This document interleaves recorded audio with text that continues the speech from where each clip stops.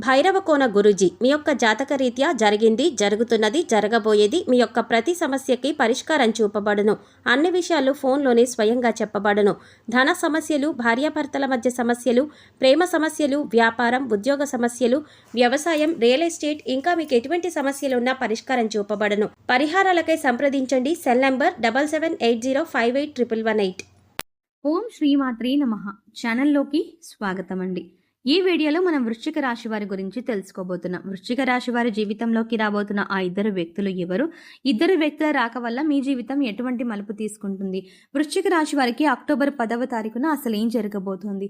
మీరు వినబోతున్న వార్త మీకు ఆనందాన్ని కలగజేస్తుందా లేదా అనే అంశాలతో పాటుగా ఈ సమయంలో మీరు చేసుకోవాల్సిన దేవతారాధన అలాగే పాటించవలసిన పరిహారాల గురించి వివరంగా తెలుసుకుందాం.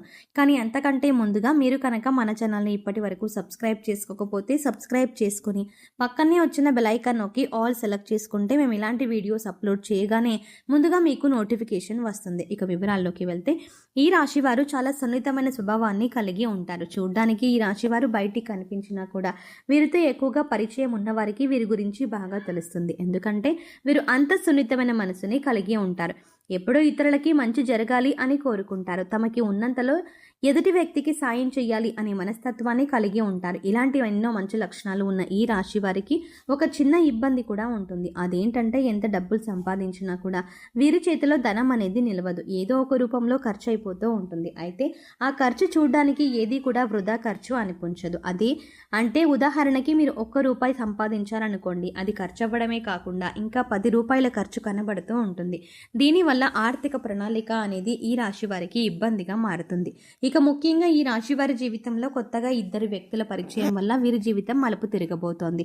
సాధారణంగా మనం చూసుకుంటే మన జీవితంలోకి ఎవరైనా కొత్త వ్యక్తి వచ్చినప్పుడు మన జీవితం మలుపు తీసుకుంటుంది. అయితే కొన్ని పరిచయాలు మంచికి దారి తీస్తే మరికొన్ని పరిచయాలు చెడుకు దారి తీస్తాయి. ఇప్పటిదాకా ఎన్నో రకాలుగా కష్టాలు పడిన ఈ రాశి వారికి ఇకపై మంచి సమయం వచ్చిందని చెప్పాలి. అయితే ఇక్కడ ముఖ్యంగా మీరు గమనించవలసింది ఏంటంటే మీకు సంబంధం లేని విషయాల్లో మాత్రం మీరు తల దూర్చకూడదు.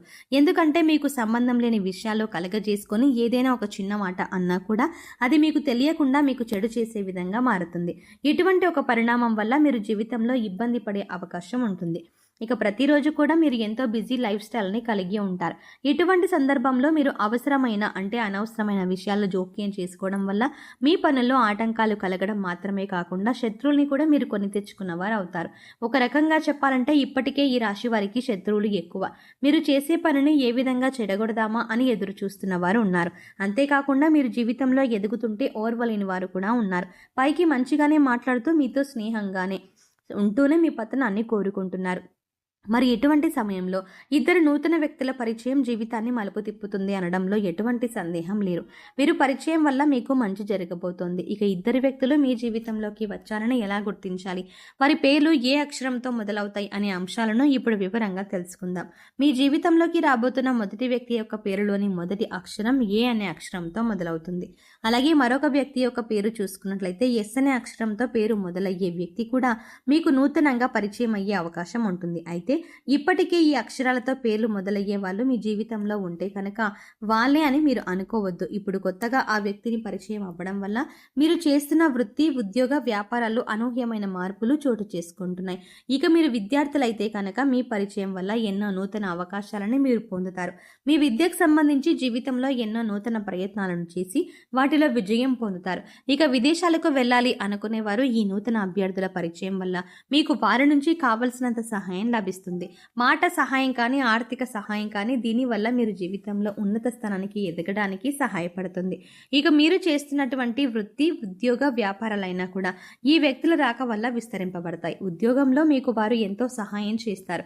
ఇక వ్యాపార పరంగా చూసుకున్నట్లయితే వీరి కారణంగా మీరు ఆర్థిక లాభాలు పొందే అవకాశం ఉంటుంది. అలాగే ఈ సమయంలో మీరు అందరినీ నమ్మకూడదు. ముందుగా ఎదుటి వ్యక్తులు మీ మంచికి చెప్తున్నారా లేదా వారు మీ చెడు కోరుకుంటున్నారా అనే అంశాన్ని మీరు గమనించాలి. లేదంటే అది మీ జీవితం పైన ప్రభావం చూపించే అవకాశం ఉంటుంది. ఎందుకంటే మీ పక్కనే ఉంటూ మీతో స్నేహపూర్వకంగా మాట్లాడుతూ మీ చెడు కోరేవాడు కూడా ఉంటారు.